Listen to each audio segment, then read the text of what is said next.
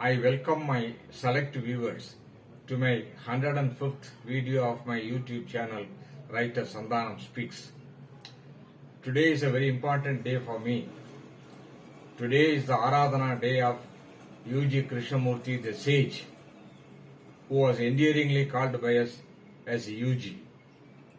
He passed away, or to use the Buddhistic jargon, that he attained parinirvana on this day at Veli Crucia, Italy. I have made it a point to put out an exclusive video on his birthday and Aradhana day for a special reason. Because I was associating himself for 3 summers in his last years in Bangalore and happened to listen, lucky to listen to his Sir Oracle voice.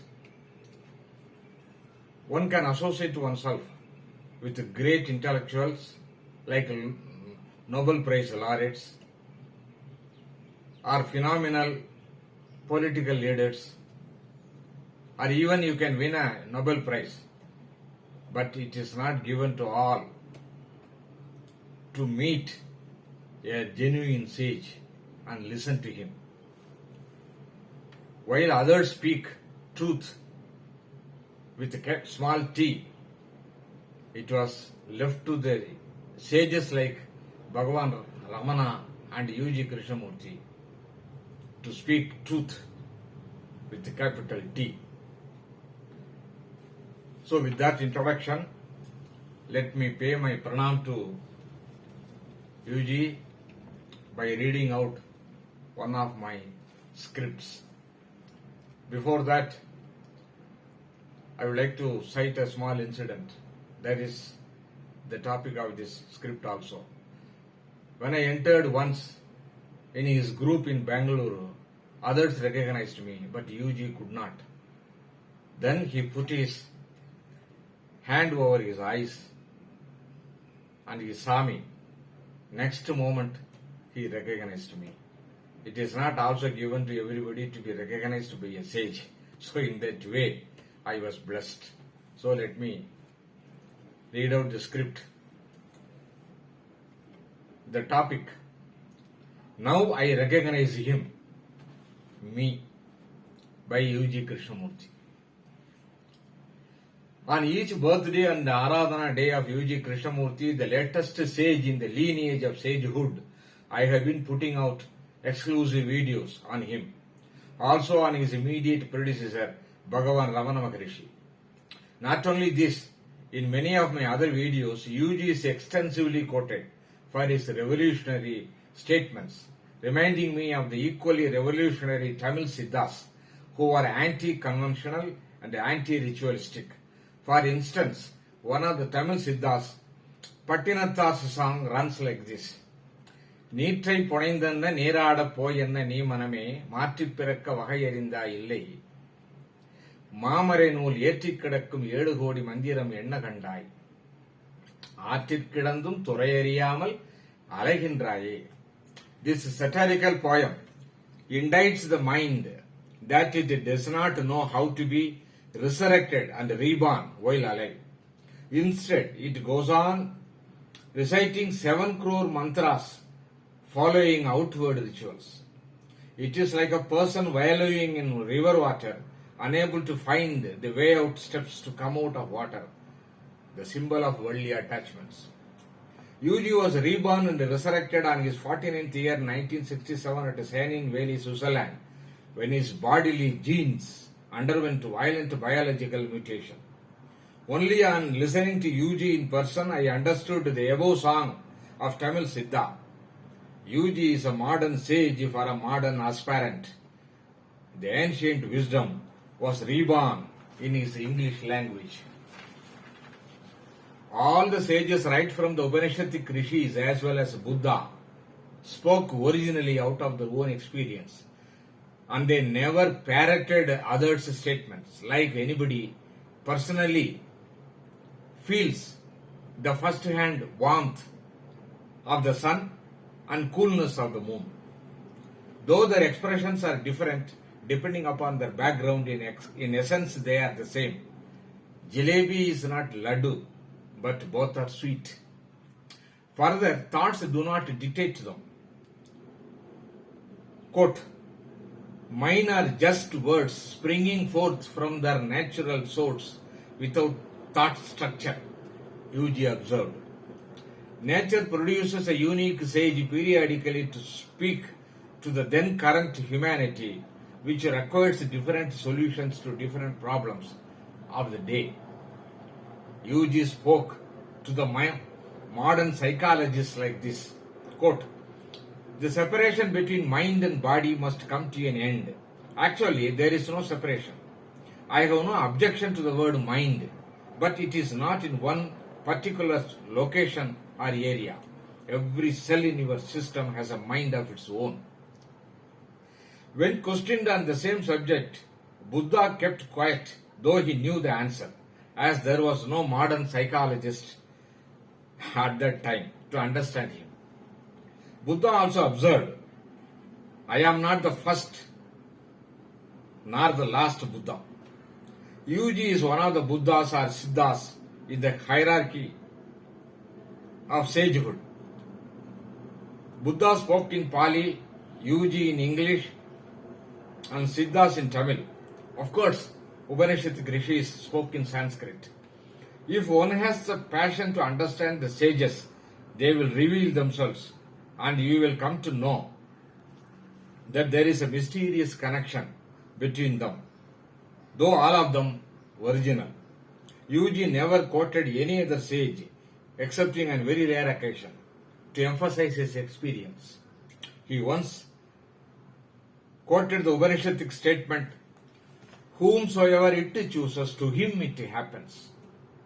While the Upanishadic Rishi meant Brahman for the word it, UG explained it as life force. The other word, happens, is interpreted by others as God's grace. UG termed it luck. He once patted himself on his back, saying, how lucky I am to be freed from the stranglehold of thought. It happens to 1 in a billion. He went on to observe that thought is your enemy. Though it has provided through innovations, modern facilities like electricity, aeroplane, etc., but it has also produced world wars and nuclear bombs, which will lead to the ultimate destruction of humanity. Whenever UG raised his voice on this subject and spoke with great authority, one could imagine the famous picture of Lord Shiva dancing his dance of destruction. He was criticized, UG was criticized as prophet of doom. In that case, Lord Shiva too. But the great consolation for persons like me is his consoling words that we are dreaming, and this is a dream world created by human thinking, where all the sages agreed upon. He also once quoted the great Gaudapada, the pioneer of Advaita Vedanta, who in his Mandukya Kariga said, there is no birth or death, there is no bondage or liberation. UG explained that body is immortal, and on its clinical death, the form disappears. But the indestructible genes in the body lives on in different form, echoing the modern biological scientists. Is UG simply a biological sage with no moral lessons? Only an immoral man talks of morality was one of his stinging statements. I am not a messiah. I am quoting UG. I am not a messiah with a message to humanity. I talk to those who come to me raising some idiotic questions, and I answer them to keep up decency and decorum. I was one of those who got this sobriquet, namely idiot, from UG when I raised the question, UG, is there any meaning to life? According to UG, only the ideologically driven thinking man asks this question, but not any other species on this earth. They live their natural life. In the name of ideology, how many co-human beings are killed throughout the history of humanity? Some of UG's statements do contain veiled moral lessons. One of them is food, clothing and shelter. These are the three basic needs. Beyond that, if you want anything, it is the beginning of self-deception. This echoes Sri Ramana Maharishi's expression. He once said, sofa is a bondage, when he was forced to sit on it at Ramanashram. Let me conclude my talk by citing my association with UG, with whom I spent 3 summers in his last years at the residence of his host, Mr. Chandrasekhar, Bengaluru, thanks to the introduction of my then official boss, Mr. Frank Norona. To be in the presence of a genuine sage does not happen to all, unless he is destined to be so. Though many met him, only a few like me took him seriously and discovered he was a sage like my Tamil Siddhas, who were revolutionary in the statements, defying conventional wisdom. UG, though Telugu by birth, was fond of Tamil language for its wisdom, and he encouraged me to recite poems from Tamil Siddhas whenever I met him. One such Siddha is Tirumoolar, who echoed UG in a few songs. One such song is முன்னை உடம்பை இழுக்கந்திருந்தேன் உடம்பினுள்ளே உருவருள் கண்டேன் உடம்பினுள்ளே உத்தமன் குடிகொண்டான் என்று உடம்பினை யானிருந்து ஓம்புகின்றேனே. This song reiterates that the body is a temple and the Holy One resides in it, and hence it has to be nursed and worshipped. On hearing it, UG smiled, telling the audience, quote, it corresponds to my statement that body is immortal. On one occasion, when I entered his group, UG was reminded by some of them who were sitting around him as to who I was. UG for a second blinked, showing ignorance about me or about my identity. But that was only for a moment. Next moment, he recognized me, exclaiming, I now recognize him. This is a standing example of UG's statement that I am usually in the state of blankness, without thought. Only on demand the thought which is in my memory bank comes out in operation. But in you, the thought or recognition is ever present. You overuse your thought, which leads to its ultimate goal of sorrow and suffering. He further continued, I use it when absolutely necessary to carry on my day-to-day living. UG, you said you were lucky in your 49th year when you were freed from the stranglehold of thought.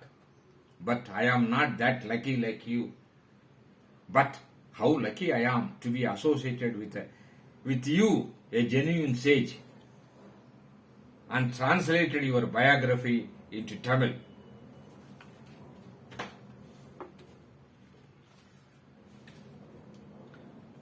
My pranams to you on your Aradhana Day, UG. Thank you.